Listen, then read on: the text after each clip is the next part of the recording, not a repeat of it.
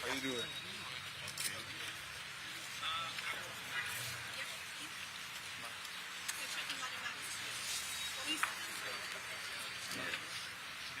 Just take a breath. Mm-hmm.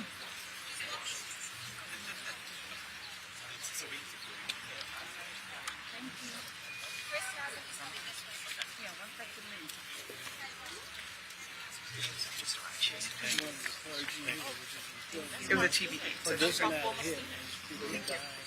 he was a PSA.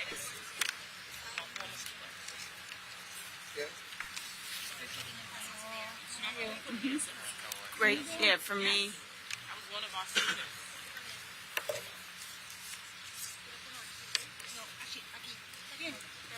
Do you want to take this one? Here, Gloria. There's an. Ma, tú quieres one? Yeah, ¿Qué yo aguanta eso? it's heavy. Thank you. Oh, yeah.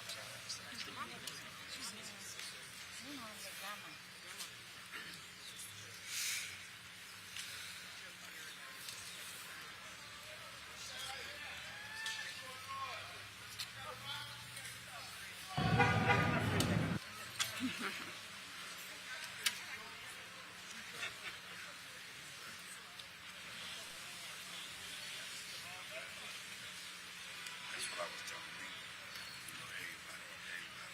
I know it should be accessible to everybody.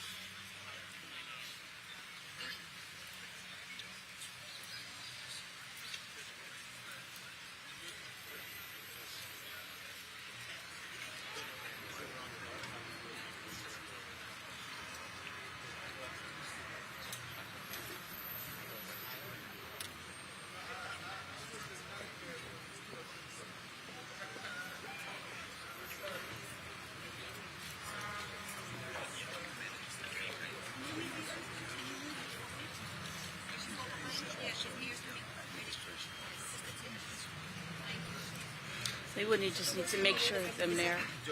He's gonna come right here. Let's just ask Charles. Where's he? He's gonna come right here. Okay. Yeah.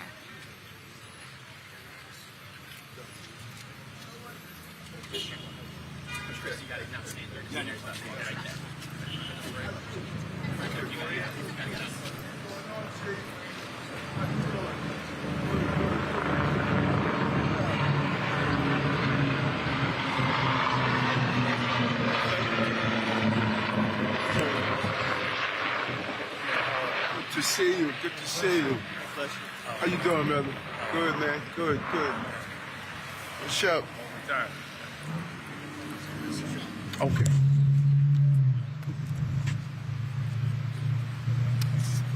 So, wow. That's how real it is. You know that? That's exactly why we're here.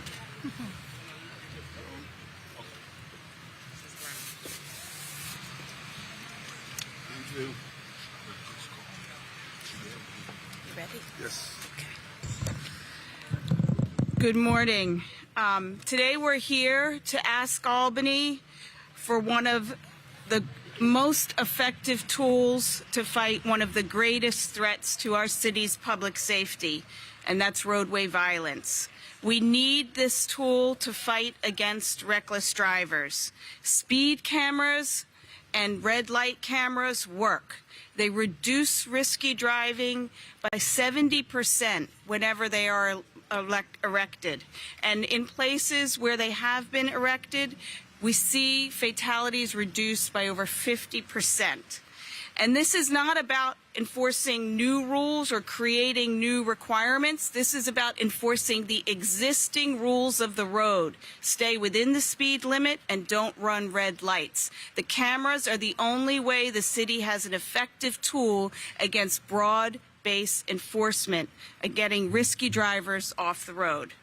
Today we're on a site where tragically Isaiah Benloss needlessly lost his life.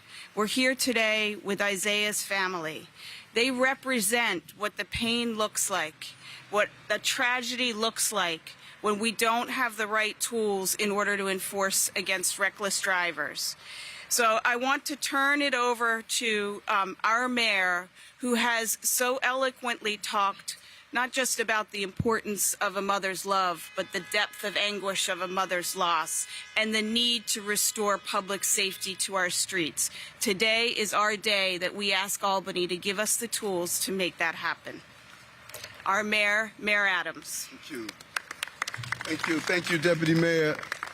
And all day today, all I do is hear about what do we do with the bad things that people do in the city.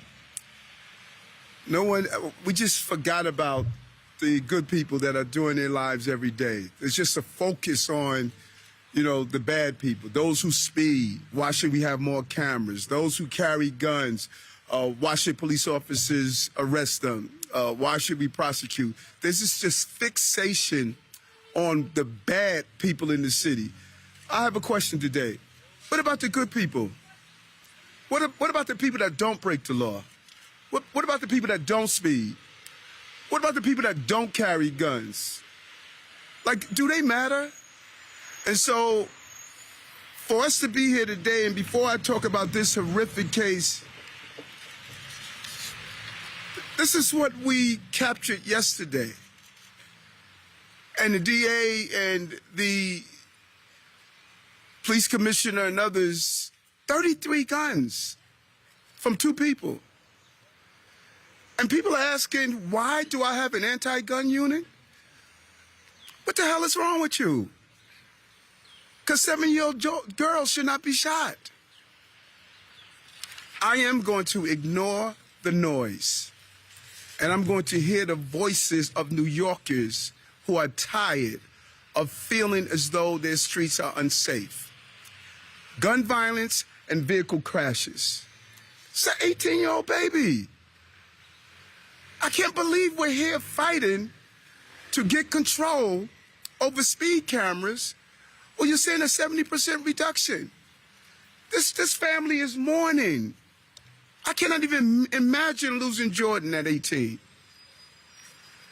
This is just unbelievable that we are here trying to convince Albany to give us the speed cameras we need that has proven to be successful. The numbers are so clear on how these cameras are helping us.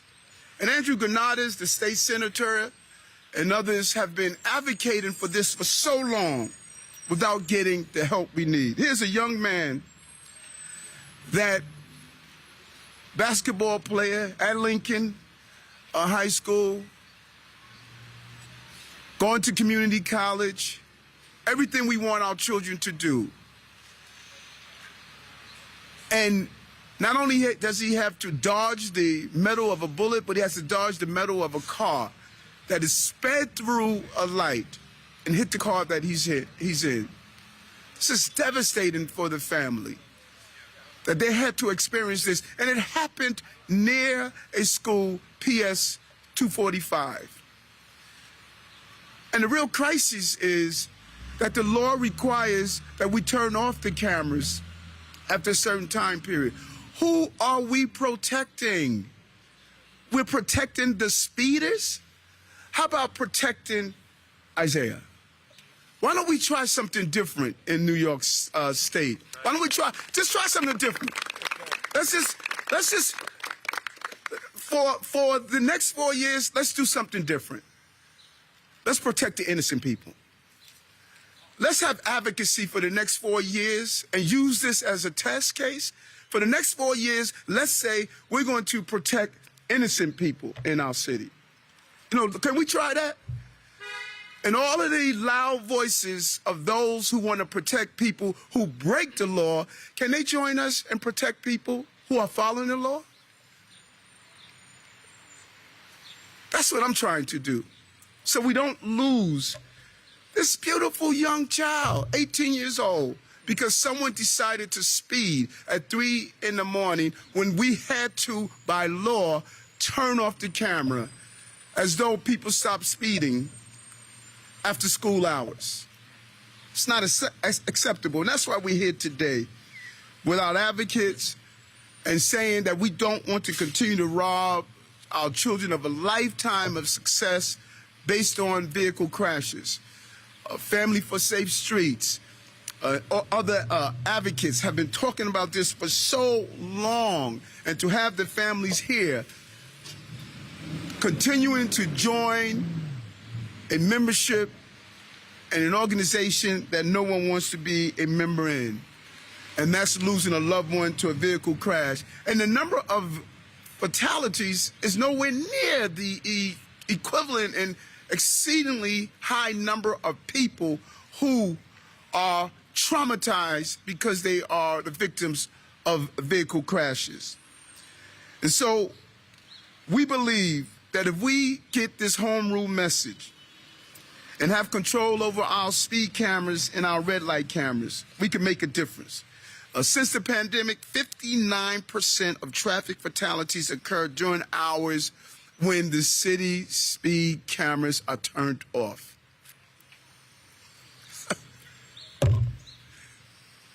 Just doesn't make any sense.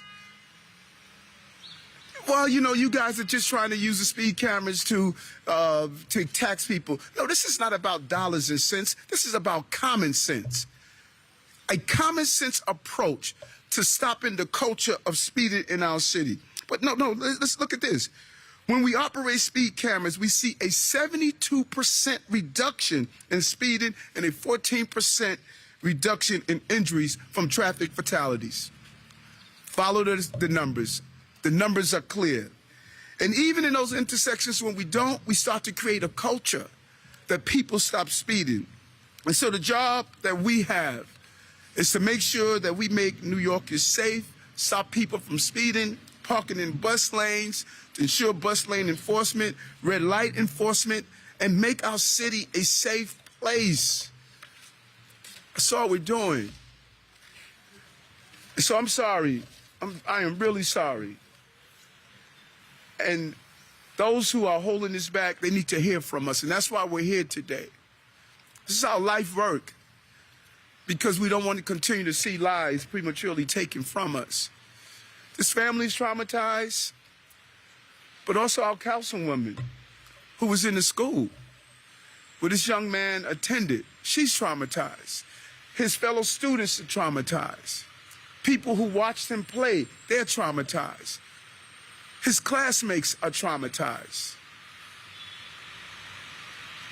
These are innocent people. Does anyone care about innocent people anymore?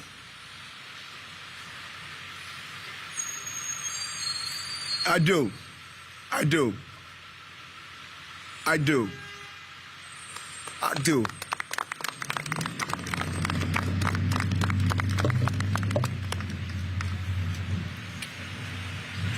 Thank you, Mayor Adams. I want to take a moment also to recognize some of our elected officials that are here today in support of the efforts to get the tools we need to get reckless drivers off the street. State Senator Andrew Janardis, Councilmember Rita Joseph, Councilmember Julia Menon. And next, we're going to hear from a voice I know you've heard a lot from on the subject of street safety, my colleague, Commissioner Rodriguez. Thank you very much.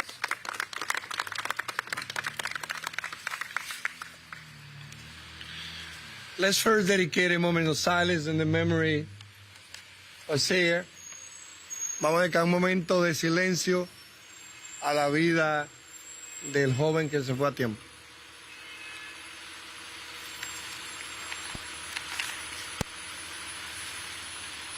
Gracias. Thank you. Thank you, Deputy Mayor Yoshi, and thank you, Mayor Eric Adams, for your leadership not only on this, but many other issues important for New Yorkers as you lead us to take the city back. Today is a sad day. Hearing the story that this family has shared with us definitely bring us to a place of thinking on what is that we can do. And that's why we are here joining the leadership of Mayor Adams and the family and everyone to say, stay in New York, give the home rule, give all control to New York City on a speed camera and automatic enforcement. This corner was the site of a tragic loss of life. A driver who speed through this intersection also ran a red light. Isaiah's death came with the extra suffering for him and his family of a beautiful son lying in coma for more than a year. So horrible. We at DOT are doing so much this year to stop crashes like this, including making 1,000 intersections safer this year, as you heard in January from Mayor Adams, Deputy Mayor, and myself. We also know that we need more tools to stop the epidemic of speeding. So today we are focused on automatic enforcement and speeding. After all, DOT knows that lower the speed cameras, speed limits, red light cameras, and speed cameras save lives. As Mayor Eric Adams said, we also know that a solid majority, almost 60% of all traffic fatality since the start of the pandemic now happen on overnight and weekends. We also know that where we locate the speed cameras, speeding decline by an average of more than 72%. We are standing right now in one of the 750 school zones citywide served by speed cameras. In fact, one of the most successful speed cameras in the entire city is about one block up Ocean Avenue. It is one of the cameras we first installed in 2019, since it was turned on. Speeding here along Ocean Avenue has declined by 89%. I also asked my team to do a deeper analysis on crashes along this corridor since the camera was installed, and we found out more good news. Not only have a speed camera declined since we installed the camera, but as we all know, but also crashes has declined by 41%, and total injury has declined by 14%. But as we all know, the one very effective speed camera and all the others are turned off at 3:30 in the morning when more people are speeding. We need the authority to expand the use of cameras, as well as when and where we can use all these critical tools. Having control of speed cameras and automatic enforcement combined with our work on intersection and protected bike lanes and bus lanes and so much more will improve safety for everyone pedestrians. Let's say loud and clear so Albany here, a speed camera save life. A speed camera save life. Speed camera save life. Escuchamos al alcalde Eric Adams, está pidiendo que el Estado de Nueva York le dé la autoridad a la ciudad de Nueva York para lo que pasó esta familia valiente, trabajadora, formando un hijo muy productivo, no sea la historia de más familias en la ciudad de Nueva York. Le pedimos que nos den toda la autorización para controlar todo el uso de la cámara que le dan ticket a los choferes que andan manejando en alta velocidad. Thank you. Thank you very much, Commissioner Rodriguez, and thank you for your lifetime of work championing road safety. Next, we have Chief Michael Pilecki from New York Police Department. Good morning, Your Honor. Thank you. Commissioner.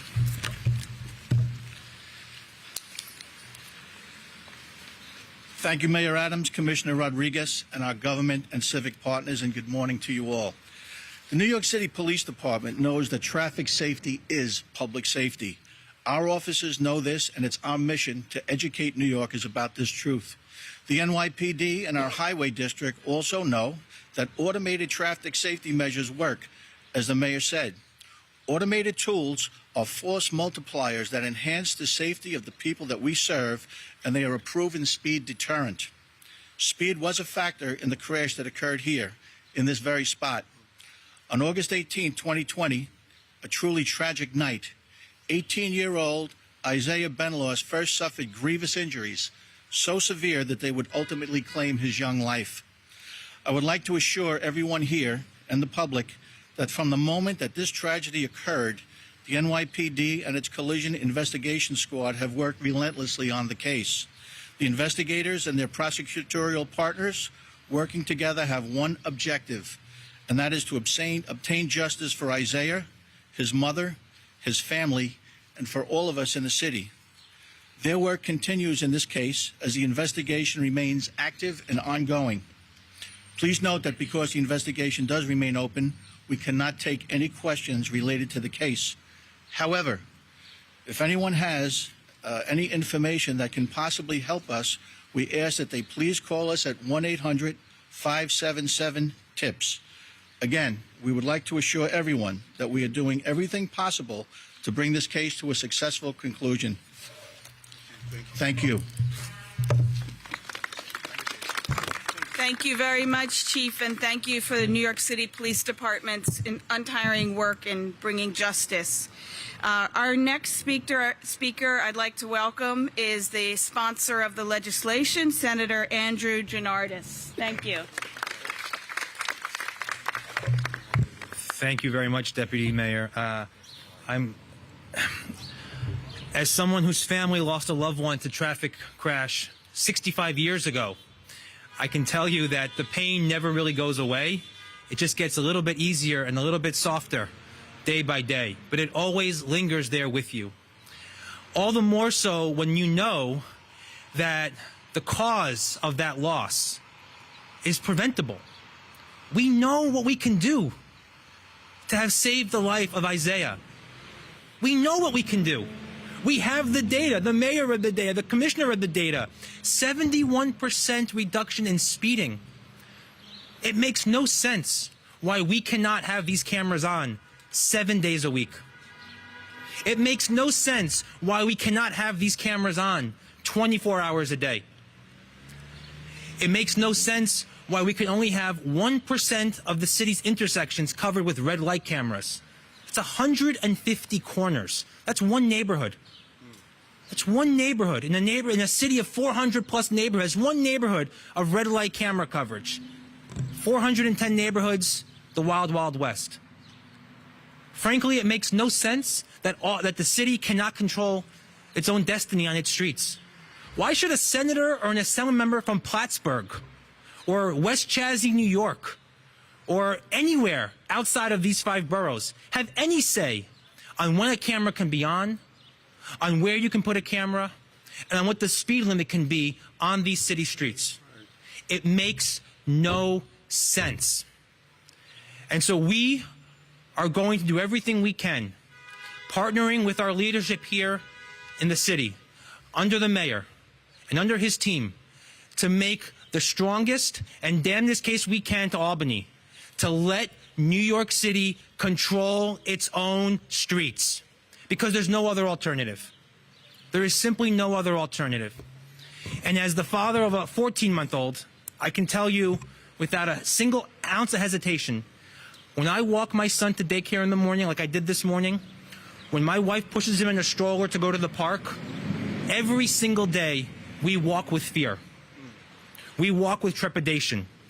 How do I know that that car that is speeding towards that yellow light is going to stop in time so we can cross safely? I don't.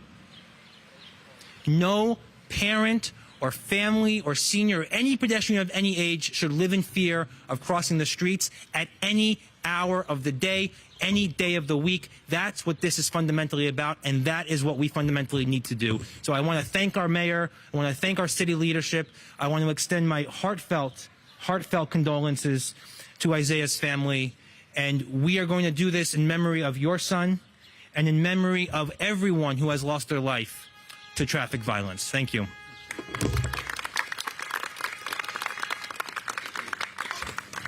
Thank you very much, Senator. And I want to just point out something that we've seen across the nation, and we've seen especially in New York. Speeding increased during the pandemic. Speeding increased during the pandemic because our streets were empty. The other time that our streets are empty is late at night, in the wee hours of the morning. So those are the critical times that we need to be able to employ tools against reckless driving and actually driving that renders people losing their lives, losing the lives of their loved ones. So it's not as though it's guesswork. It's not as though we're testing something out. It's actually proven, and we're in a pandemic again. We're in another pandemic against traffic violence across the nation. Rates have gone up, and New York City needs to do its part. We knew how to use vaccines. We knew how to use masks. We knew how to flatten the curve. We can do the same when it comes to traffic violence if we are given the ability to use the tools. And again, I want to reiterate, this is not a draconian measure. This is not adding additional burdens. It is reinforcing established rules of the road that we know. Stop at a red light and don't go above the speed limit. It's not that difficult. And so I think what we are doing today is so important in terms of sending that message, but we need to have it reinforced by all those that are here with us in every way that you can, so that we're able to be effective and we're not standing on this corner again a year from now. So with that, I want to turn it over to Rondell Booker Adams. Oh, we're going to go, actually, I'm sorry, straight to questions and answers, but I do want to thank representatives of Families for Safe Streets who have been tireless advocates, both in the press and behind the scenes, supporting families who never wanted to be a member of their group. So we'll turn it over to Q&A, and I want to thank everybody for coming today. Hold on. Before we do Q&A, it's only fitting to have Councilwoman Joseph to say a few words. This was a student in your school, to hear from you, and just personal condolences. I know how impactful it is as a teacher. Good morning, everyone. Councilmember Rita Joseph, District 40. Isaiah was one of our students at PS6. So when I got the news, again, this is the second student that I've lost to traffic violence. So this becomes very personal. So my partners in city and state, we have to do everything we can to change the number, change the data. As an educator, data used to drive my instruction. Data needs to drive your policy decision makings moving forward. So Albany, I'm calling on you. Councilwoman Joseph and her partners in government are calling on you to do the right thing. I don't want to lose another student. We invest time. I was waiting for a call for NBA draft. He was a star at his school. Not to get the call that they're burying him. So Albany, I'm calling on you. Thank you.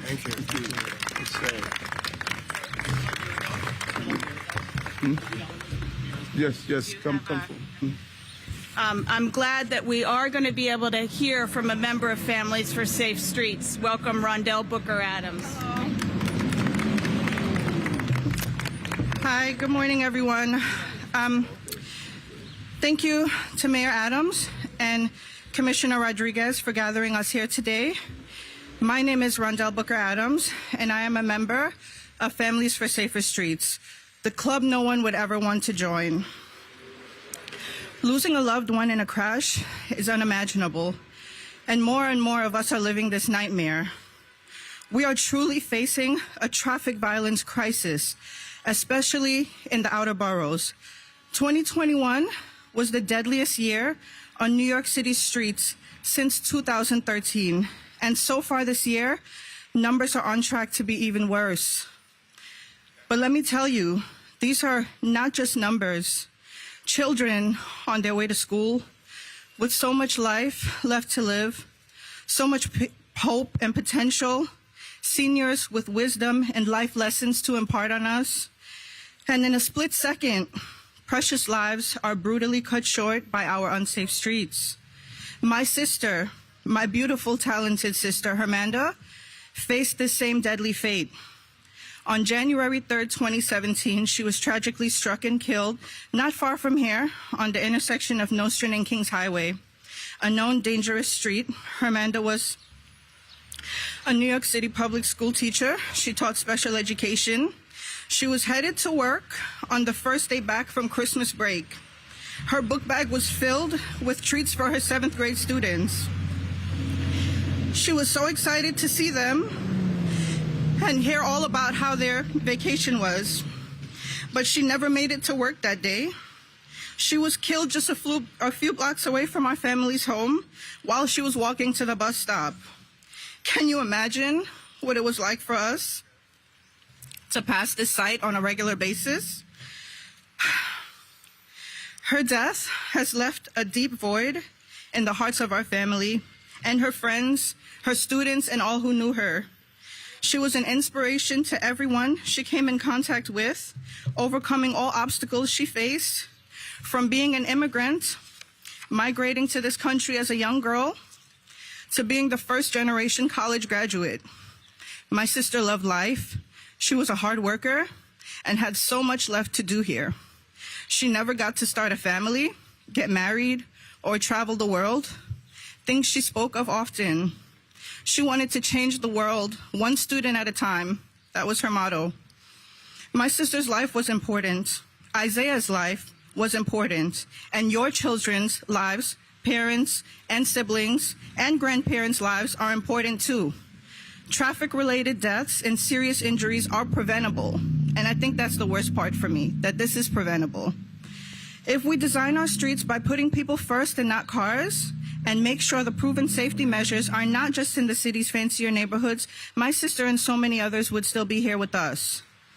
New York City has made other tools as well, has many other tools as well, like speed safety cameras to reduce speeds and keep us safe. But state restrictions are preventing these tools from being on when a majority of fatalities actually occur. This makes no sense. If these solutions are known to work, how can we only keep them on during certain hours? How can our state leaders face my fellow FSS members whose loved ones were killed when these cameras were off? How can we not be applying solutions that are known to save lives?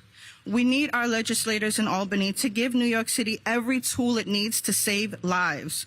No one should know the pain my family knows. We need legislators in Albany to let our great city reach the full potential of Vision Zero. We need legislators in Albany to give New York City home rule over street safety this year. Not one more family should have to bury a loved one in a preventable traffic crash and experience the heartache and nightmare that many of us have come to know. Thank you, everyone. Thank you. And this is my beautiful sister, Hermanda. Thank you, Mayor. We're going to take questions. You ready to go? We're going to start with on-topic questions, so let's go on-topic first. Gersh, go ahead. All right, thank you. Mr. Mayor, I know you're talking about Albany today and Albany Control, but 2 months ago you were at another press conference, another street safety press conference, a couple blocks from here, and you talked about efforts that the mayor's office can do, including redesigning intersections, which is ongoing, and also a stronger enforcement effort by the NYPD. But over the next full month of that enforcement effort, it turned out that the NYPD wrote less than one ticket, moving violation ticket per day, per precinct in that enforcement effort. So can you talk to us a little bit about more that the mayor's office can do, whether it's enforcement or massive pedestrianization of streets, car reduction strategies? What are you going to do? I say this over and over again. Whenever we're dealing with crises in a city, there are many rivers that feed the sea of these crises. And there's some things we can do on the city level, the federal level, and the state level. We're going to do our job. You keep holding us accountable on the city level. That is the job of the commissioner of DOT and the job of my police commissioner. You help us. You identify those locations where we're weak. We're going to respond to them accordingly. And if those precinct numbers are not reflecting the issues in that area, the police commissioner is going to get on top of them. We're going to get them right. And if you point them out to us that we're failing, I'm not coming up with excuses. We're going to execute, and we're going to get stuff done. On-topic question still? Yeah. When does this come up in Albany? When is it going to be presented? And how many more cameras cameras. How many cameras do you have now, and how many more might you expect to have, assuming it's successful? So I can talk about part of that, and I'll defer to our city colleagues. These are ongoing conversations. The speed camera program expires at the conclusion of this, the middle of this July. So there is an urgency to renew and expand the speed camera program. I believe there are about 2,000 cameras slated to be installed in 750 school zones. It's my understanding, I'll let DOT comment on that, that that is a pretty comprehensive blanket of coverage across the entire city, and that they're not looking to add more, though if there's more needed, that's obviously within their decision to do. I also have separate legislation on the red light cameras that would expand the number of intersections for red light cameras. And on the broader question about overall home rule, I know that there was a request that the city made for it to be included in the budget this year. It did not make it into the Senate and Assembly one-house budget resolutions. I'm hopeful, but not super optimistic that it would be done by next week, but certainly something that we are talking about trying to push through on a separate legislative track by the end of this legislative session. Part of that. The previous mayor had a goal under Vision Zero of no traffic deaths by 2024. Do you think that's achievable? If we don't have the support that we need, we're going to do our job and continue to do our job here in the city. But a lot of the goals we're trying to obtain, unfortunately, we're creatures of Albany. And this is a basic request we're making. As the senator stated, why can't we control our streets? And I believe the more we have the barriers removed from the outside intervention, we could achieve that goal, and we're going to move towards that goal. Speaking of the speed camera legislation, have you all discussed it with Governor Hochul, and can you go into a little bit what those conversations have been like? We had conversations on all of our priority agendas in Albany, and you know my rule, I don't talk about private conversations between lawmakers. Mr. Mayor, you're talking about how the city needs the state's help to get control of its streets again. What can the city do on its own? In the first 2 months of 2019, the city wrote 183,000 summonses for traffic violations. Compared to the first 2 months of this year, it's just 80,000. That's a drop of more than half. So what can the police department do to improve its own enforcement on streets, which seems to have virtually disappeared amid the pandemic? We have to do a better job. As you know, we have been dealing with a real crises of gun violence. 29 people shot in a short period of time. Last week, almost 44 people shot, dealing with a host of other items. But we want to get our traffic enforcement personnel involved and send a real message out to all of our police commanders that public safety include vehicle crashes. And we have to get engaged. And that's the message I'm going to give to the police commissioner. On-topic question. Oh, Janet, If you do get home rule, how many intersections do you want to be equipped with traffic cameras? You want to answer that? She said we get home rule. How many intersections? Well, we are looking to follow all intersections that the data is showing that we have issue with speeding. We want the mayor and I, the premier, we have said, we are declaring intersections as sacred places and safe places. So we're going to be just following the data. And in any intersection where it's shown that we need to have a speed camera, we will be analyzing with the Tina City Hall, DOT, and YPD, and hopefully moving forward. But first, we need to get home rule. And it's important to point out that having these automation, you know, I'm a big believer in automation. If we have the automation that we're looking for, it allows our officers and others to free up to do additional things. If we had the automation, you don't need a cop fixed at a corner when you have that speed camera there. This is a smart way to integrate enforcement by using that automation, and that's why it's important. We're going to continue to use technology to make our city safer, and this is one of those tools that would be extremely helpful so that we can have police officers do a multifaceted approach, as in making sure they're doing the enforcement that's needed, but you have a permanent enforcement that's in place in those areas where we have high fatalities and high crashes. One last on topic. Yeah, hi, Danielle from Politico. I was just wondering, Enforcement has been down since 2019, as other reporters have referenced. Is there someone from the NYPD who can speak to why enforcement has dropped over so many years, even before the pandemic, and how they think they can correct for that? You said before the pandemic? Yeah, I mean, enforcement has been down since 2019, according to the city's own MMR data. Okay, I could only tell you about January, February, and March. So I will put you in contact with someone at the New York City Police Department. We used to have, when I was a captain, something called traffic stats, where you will analyze the heavy traffic areas where you had crashes or fatalities. And what if we don't have that still in place, we're going to reinstitute it. Traffic stat, I was a Cap XO that was in charge of the traffic stat in the 6th precinct.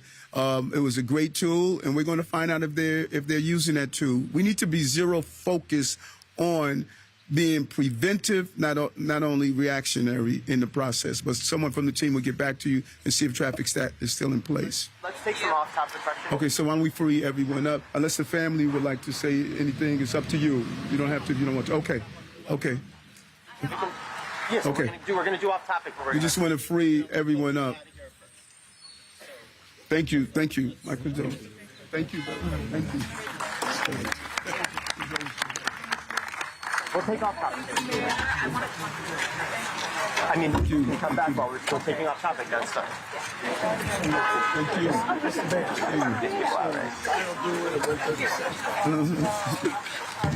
Yes, there's a lot of locations. Yep.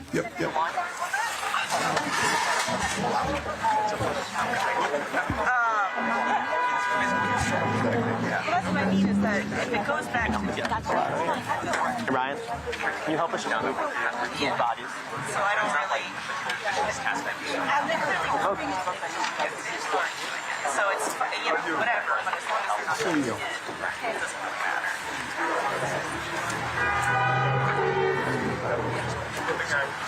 Good to see you. I wanted to speak to the family. Okay, let's take some off-topic. Bobby. Can I ask you about the Amazon unionization fight on Staten Island? The workers are voting to unionize. I'm wondering if you have any feelings on that. Whether you think workers should vote yes. There are restrictions that we have in interfering with unionizing, and I'm not going to violate any of those. I'm a union member. I believe in unions. I'm hoping that all the workers do a real analysis on the benefits of having a union. I believe in it, and I'm hoping that we can start the process of unionizing all these shops. I think unions should be in every occupation. Just a couple of questions, Mr. Mayor. You said a couple? Yeah, a couple. The first one is in reference to the vaccine exemption that happened yesterday.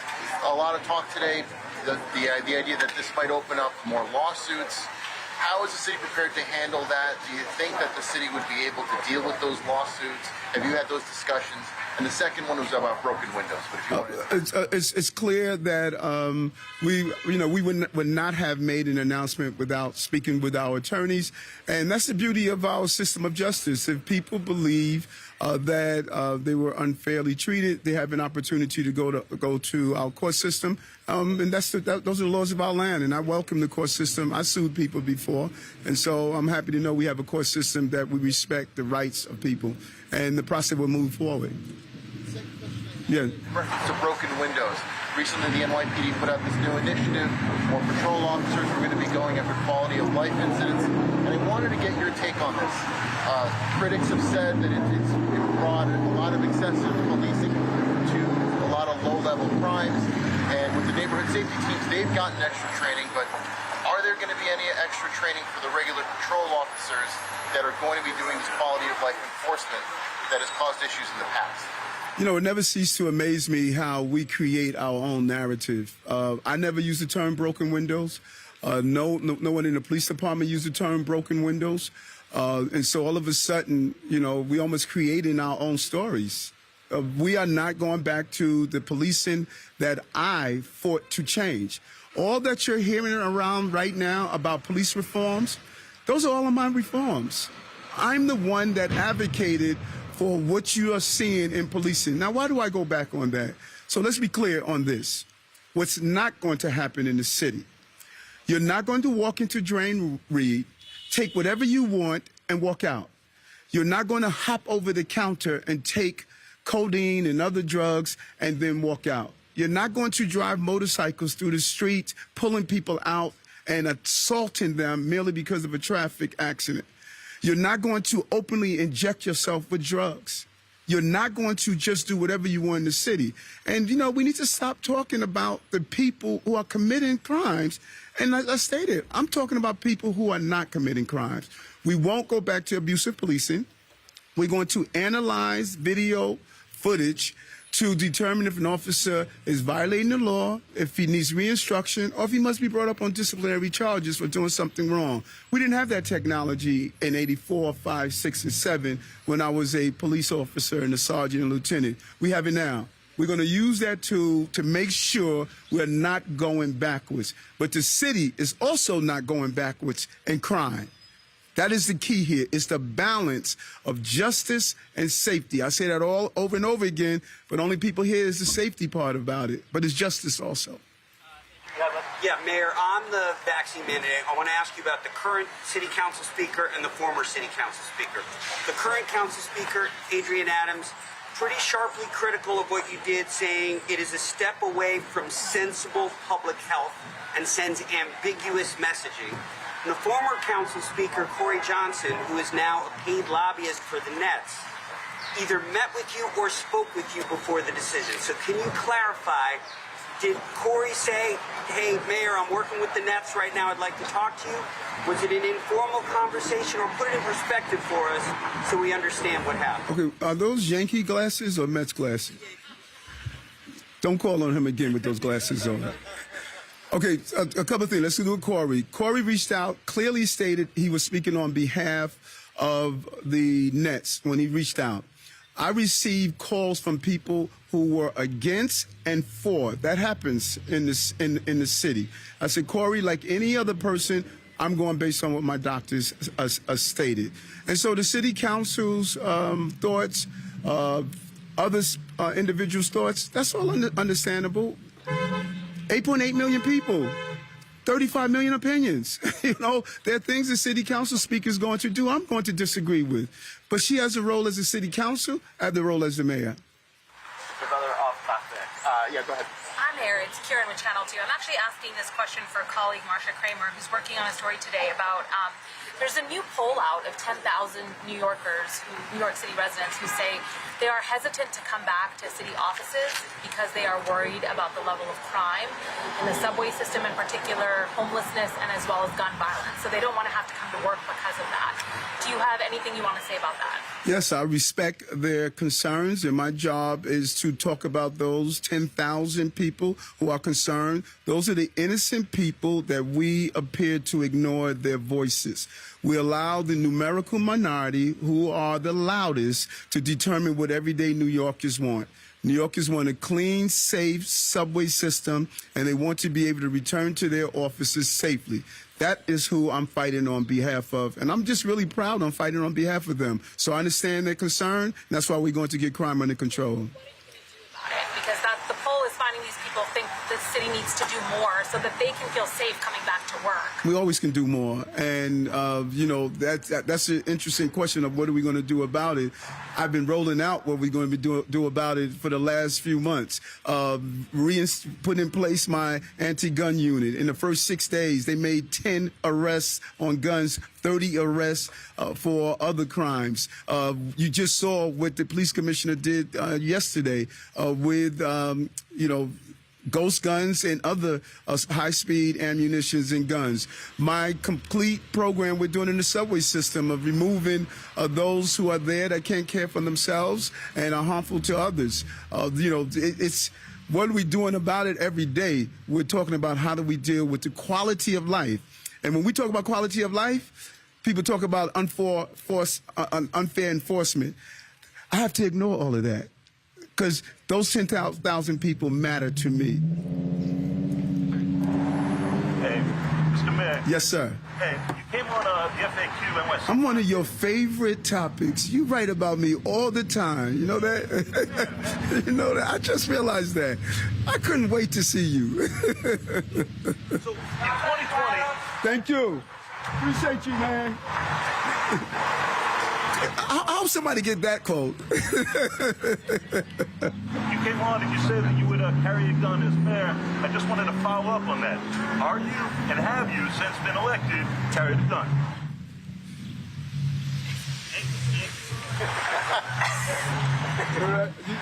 No, but seriously, let's be clear on what I said. I stated that if I receive a threat from my intel that states that there's a real threat, that I would make that determination. Intel protects me.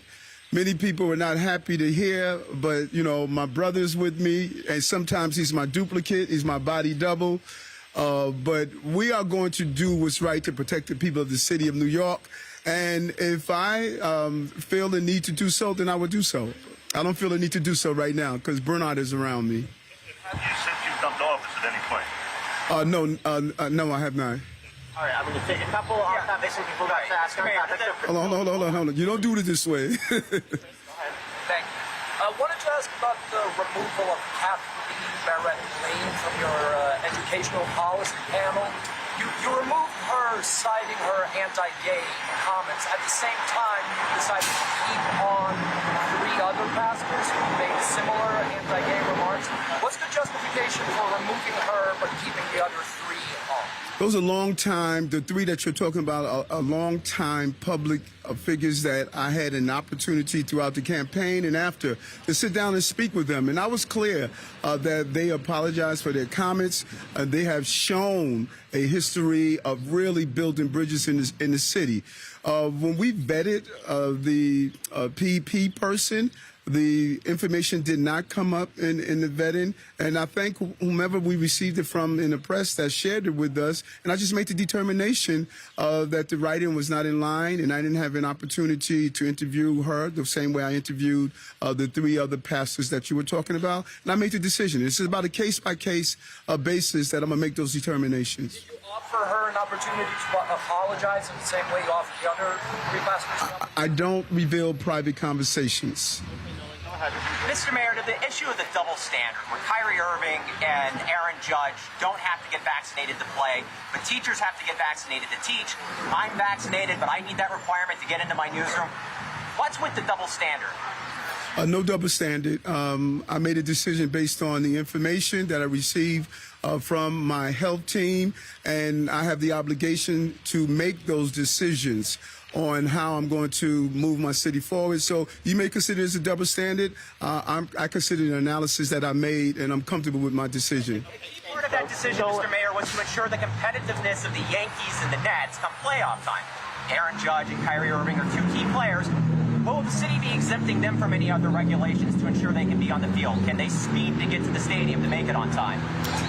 I am clear that I am going to make the determinations for the city of New York as the mayor, and I made that determination within the power vested in me as the mayor of the city of New York. Thanks, folks. Yeah, can I just ask a quick... Sorry, guys, we got to wrap up. Thank you. Thank you. Thanks, all. Hey, do you Hold have... on 1 second. Let me get him.